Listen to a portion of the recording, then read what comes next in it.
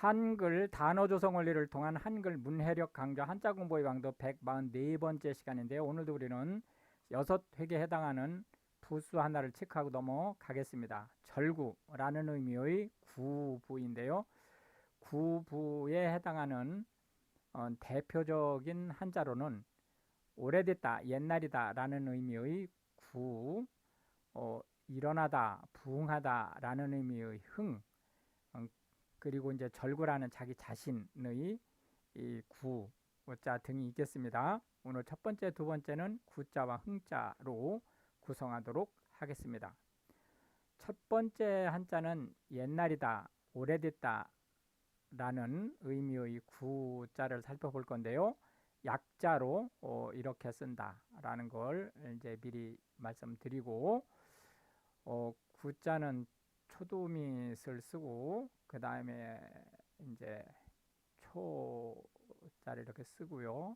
그 다음에 구자를 밑에 받치면 되겠습니다. 요거는 지금 가운데 이렇게 하나씩 그 점이 들어간다 라고 하는 거를 확인하고 넘어가 주시면 되겠습니다. 하나, 둘, 셋, 넷, 다섯, 여섯, 일곱, 여덟, 아홉, 열, 열하나, 열둘, 열셋, 열넷, 열다섯, 열여섯, 열일곱 해서 총 17획에 해당하는 한자가 되겠고요. 당연히 그 초두밋은 이렇게 내획으로 쓸 수 있으니까 그거는 참고 하시면 되겠습니다. 이건 오래됐다 또는 옛날이다 라는 의미의 이 구자가 되겠습니다. 구자를 쓰는 한자 단어는 대단히 많죠. 구식이라고 하면 유행에 뒤떨어졌다 그런 뜻을 가지고 있습니다. 구태 그러면 인지가 깨어나기 전에 하던 행태를 보인다. 예를 들어서 요즘은 이제 여성한테 성적인 농담을 거는 것은 희롱에 해당되죠. 근데 한 20여 년 전만 해도 그런 인식이 없었죠. 근데 이런 것을 무시하고 지금도 여성한테 이제 성적인 농담을 그냥 아무런 죄책감 없이 건넨다든지 이러면은 구태에서 벗어나지 못한 이제 이런 것으로 볼 수 있는 거죠.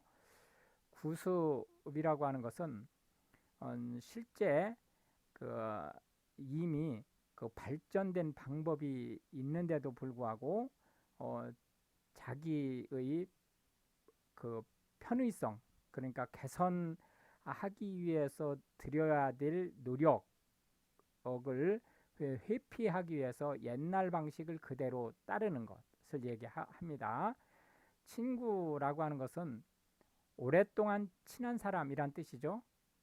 그래서 이제 안면이 있을 뿐만 아니고 서로를 잘 이해하고 알아줄 수 있는 사람을 얘기하는데 우리나라는 통상 친구 그럼 연령대가 비슷한 사람을 얘기합니다.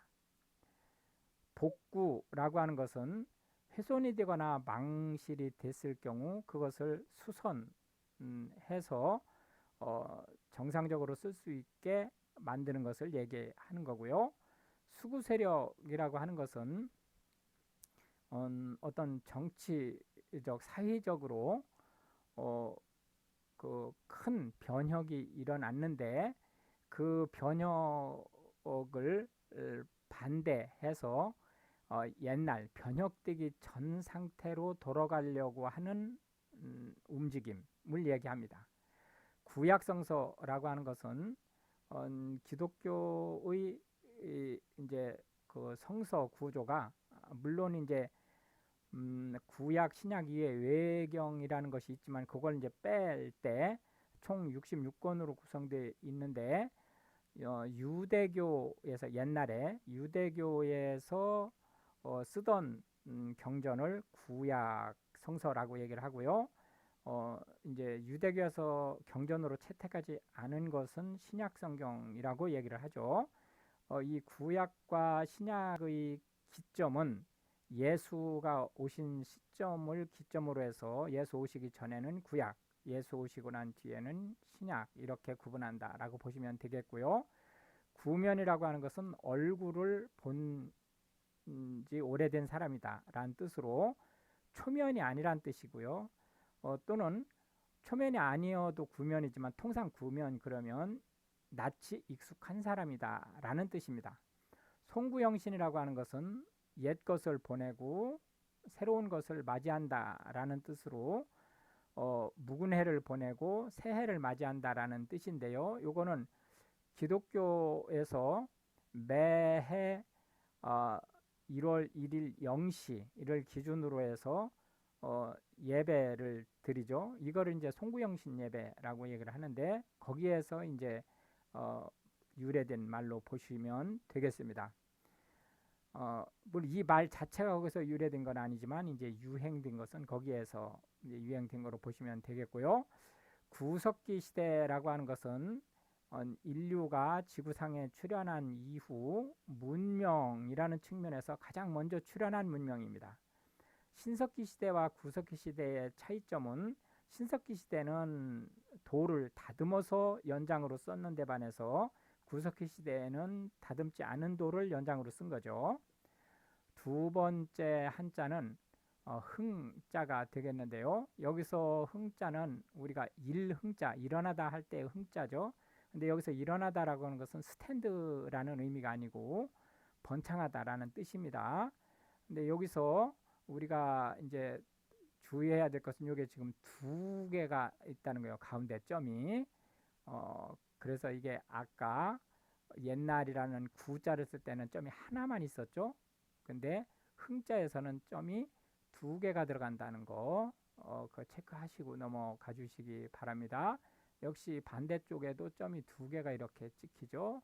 하고 밑에 이제 8, 8자가 이렇게 쓰이면 일어나다라는 의미의 흥자가 되겠습니다. 근데 이 흥자는 보통 단순히 스탠드한다 이런 의미가 아니고 부응하다 그런 의미로 쓰인다라고 하는 거 다시 한번 강조하고 넘어가도록 하겠습니다. 흥자는 번창하다. 둘, 셋, 넷, 다섯, 여섯, 일곱, 여덟, 아홉, 열, 열하나, 열둘, 열셋, 열넷, 열다섯, 열여섯 해서 총 16획에 해당하는 한자가 되겠습니다. 흥미라고 하는 것은 관심을 갖는다 또는 재미를 느낀다 그런 뜻이고요. 흥취는 관심을 갖는 것뿐만이 아니고 즐거움을 느낀다 그런 뜻입니다. 감흥은 흥미를 갖는 것뿐만이 아니고 심적으로 감동을 한다 라는 뜻을 가지고 있죠. 흥분하다라고 하는 것은 마음을 제어하지 못하고 격앙되다라는 뜻이고요.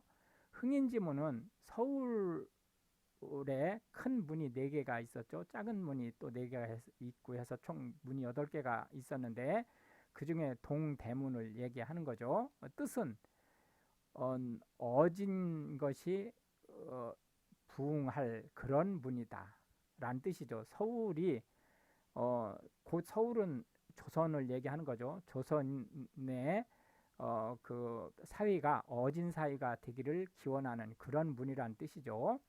즉흥이라고 하는 것은 어떤 발단이나 계기가 일어난 당시에 바로 그 자리에서 가부를 결정하는 것을 즉흥적이다라고 얘기를 합니다.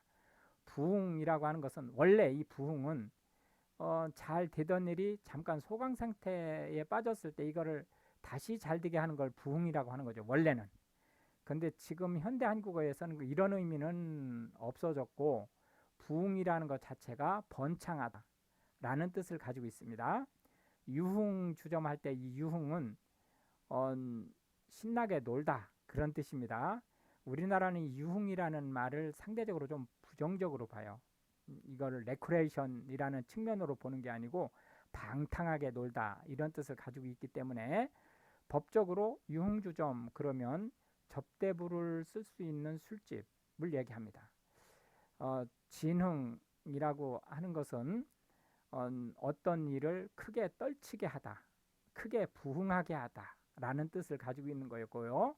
흥행이라고 하는 것은 어떤 일을 추진하다라는 뜻입니다. 이게 자칫 잘못하면 흥행을 진흥과 혼동할 수 있어요. 근데 흥행은 어떤 일이 잘 되게 하다 그런 뜻이 아닙니다. 그런 뜻이 아니고 그냥 추진하다는 뜻이에요. 그러니까 흥행에 성공할 수도 있고 실패할 수도 있는 거죠. 무슨 말씀인지 이해하셨죠? 그래서 흥행에 성공하면 진흥, 부흥이 된 거고 실패하면 망한 거죠. 마지막 세 번째 한자는 교자가 되겠는데요. 다리라는 의미입니다.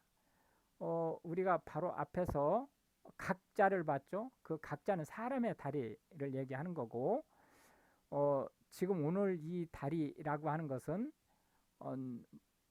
강이나 시내를 건너기 위해서 만든 시설물을 얘기하는 거죠.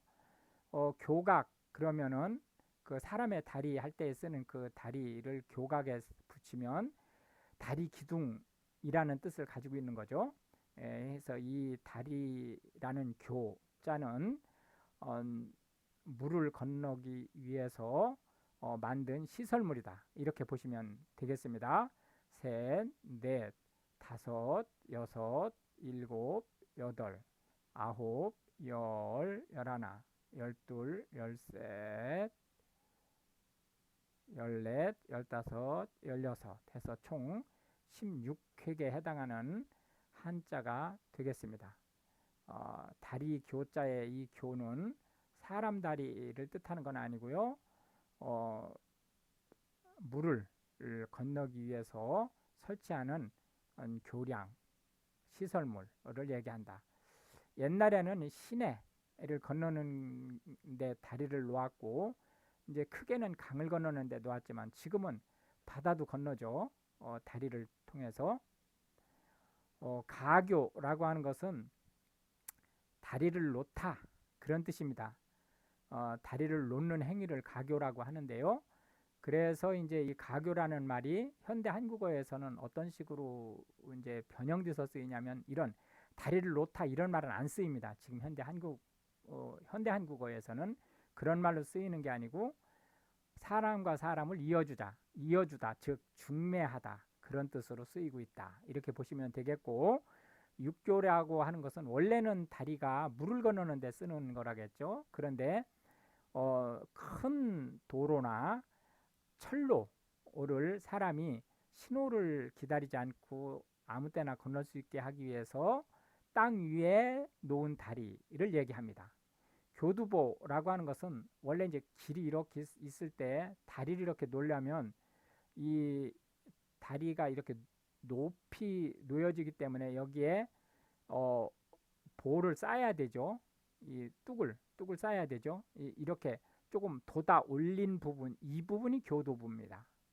그런데 현대 한국어에서는 이런 말로는 일반인은 안 씁니다. 건축에 토목에서는 쓰이지만 일반인은 이런 말을 교두보라는 말로 안 쓰고 어떤 의미로 쓰이냐면 거점, 어딘가를 공략하기 위해서 예를 들어서 영업을 시작하려고 해요.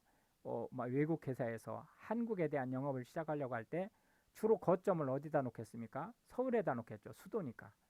그렇게 거점으로 놓은 것을 교두보다 이렇게 얘기를 하고 특히 교두보는 군사작전에서 적을 침략하기 위한 첫 번째 그 진입로를 교두보라고 얘기를 하죠. 교량이라고 하는 것은 순수하게 그냥 다리를 얘기합니다. 그런데 이제 이 육교는 통상적으로 교량이라는 말을 잘 안 써요. 교량 그러면은 시내나 강이나 바다를 건너는 데 쓰는 시설물을 통상적으로 얘기한다. 이렇게 보시면 되겠고 현수교라고 하는 것은 탑을 양쪽에다가 이렇게 세우고 원래는 교각이 쭉 있어야 되죠. 교각이 쭉 있어야 되는데 이 교각을 세우는데 어려움이 있거나 돈이 많이 들거나 하면 교각을 이렇게 두 군데만 세웁니다. 양쪽에. 그리고 이 교각을 와이어로 이렇게 잇죠. 이 교각을 와이어로 이렇게 이은 다음에 이 와이어에다가 이 상판을 묶습니다. 이렇게 만든 다리를 우리가 현수교라고 얘기를 하고요. 우리나라의 대표적인 현수교는 남해대교가 있습니다. 사장교라고 하면 이제 이 그 현수교가 이렇게 양쪽 탑을 중심으로 해서 와이어를 이은 다음에 이 와이어 위에 상판을 놓는 데 반해서 현수교는 그렇게 하는 게 아니고 탑을 이렇게 세우고 이 탑에서 와이어를 이렇게 뿌립니다. 이렇게 방사선으로 이렇게 쭉 뿌리고 이 와이어를 상판에 연결을 하죠. 저쪽도 마찬가지로 이렇게 해서 이렇게 놓는, 그렇게 해서 상판을 유지하는 이런 상태고요. 사장교 우리나라의 대표적인 것은 이제 15번 고속국도의 평택과 당진 사이에 있는 서해대교가 아주 대표적인 사장교가 되겠습니다. 부교라고 하는 것은 떠 있는 다리라는 뜻이죠. 원래 다리라는 것이 시설 구축물이죠. 근데 이 부교는 임시 다리예요. 떠 있는 다리니까. 예를 들어서 공병이 진지를 개척하거나 진군 통로를 개척하기 위해서 다리가 없는 그 수면을 돌파하기 위한 방법으로 임시로 가설하는 다리를 얘기합니다. 옛날에도 이 부교가 있었어요. 예를 들어서 정조 대왕이 그 사도세자 등을 가기 위해서 노량진에서 마포 사이, 마포가 아니고 이제 어디죠? 마포가 맞나요? 그 노량진에서 그 이촌동 사이 그쪽을 이제 그 배를 동원해서 다리를 놓았죠. 그래서 그 배다리라는 말을 썼는데요. 이것도 부교죠. 대교라고 하는 것은 큰 다리란 뜻입니다. 말 자체로는 큰 다리란 뜻인데 우리나라에서는 이 대교를 이제 건설교통 관련된 그 법규에서 중앙 차로를 중심으로 해서 이쪽에 3개 차로 이상, 이쪽에 3개 차로 이상 하고 인도가 이렇게 있는 이런 다리를 대교라고 합니다. 그러니까 우리나라에서 이제 많은 사람들이 자조적으로 우리나라는 놨다면 대교를 놓는다 이렇게 이제 비웃는 분들이 계신데 그게 아니에요. 한쪽 3차로 저쪽 3차로에서 총 6차로 이상의 인도가 양쪽에 인도가 있는 규모의 다리는 예를 들어서 땅이 넓은 미국이나 중국이나 이런 데서도 절대로 이게 흔한 다리가 아닙니다. 그렇기 때문에 이제 이 대교의 규모를 가지고 있다. 단지 우리는 이제 교장이 좀 짧죠. 왜냐하면 시내가 그 짧으니까. 그러나 이제 넓이를 가지고 대교를 측정하기 때문에 우리나라에 있는 다리들은 대부분 대교다 이렇게 보시면 되겠고요. 철교라고 하는 것은 열차가 지나는 다리를 얘기합니다. 잠수교라고 하는 것은 폭우가 내렸을 때 잠길 수 있는 다리를 얘기하고요. 우리나라 같은 경우 한강 반포대교 밑에 잠수교가 설치되어 있죠. 이거는 이제 북기의 침범을 대비하기 위한 전략적 측면에서 이제 가설된 시설물이다 이렇게 보시면 되겠습니다. 이렇게 해서 오늘도 우리는 하나의 부수와 세 개의 한자 그리고 각 한자에 대해서 현대 한국어에서 자주 쓰이고 있는 10개씩의 단어를 살펴보았는데요. 이것이 한글 문해력 향상에 도움이 되고 특히 외국인으로서 한국어를 배우시는 분들한테 한국어 단어가 어떻게 만들어지는지 그리고 어떻게 활용되는지 이런 부분들에 대한 폭넓은 이해를 제시할 수 있게 되기를 바라겠습니다. 시청해 주셔서 감사하고 우크라이나를 위해서 기도해 주시면 더욱 감사하겠습니다.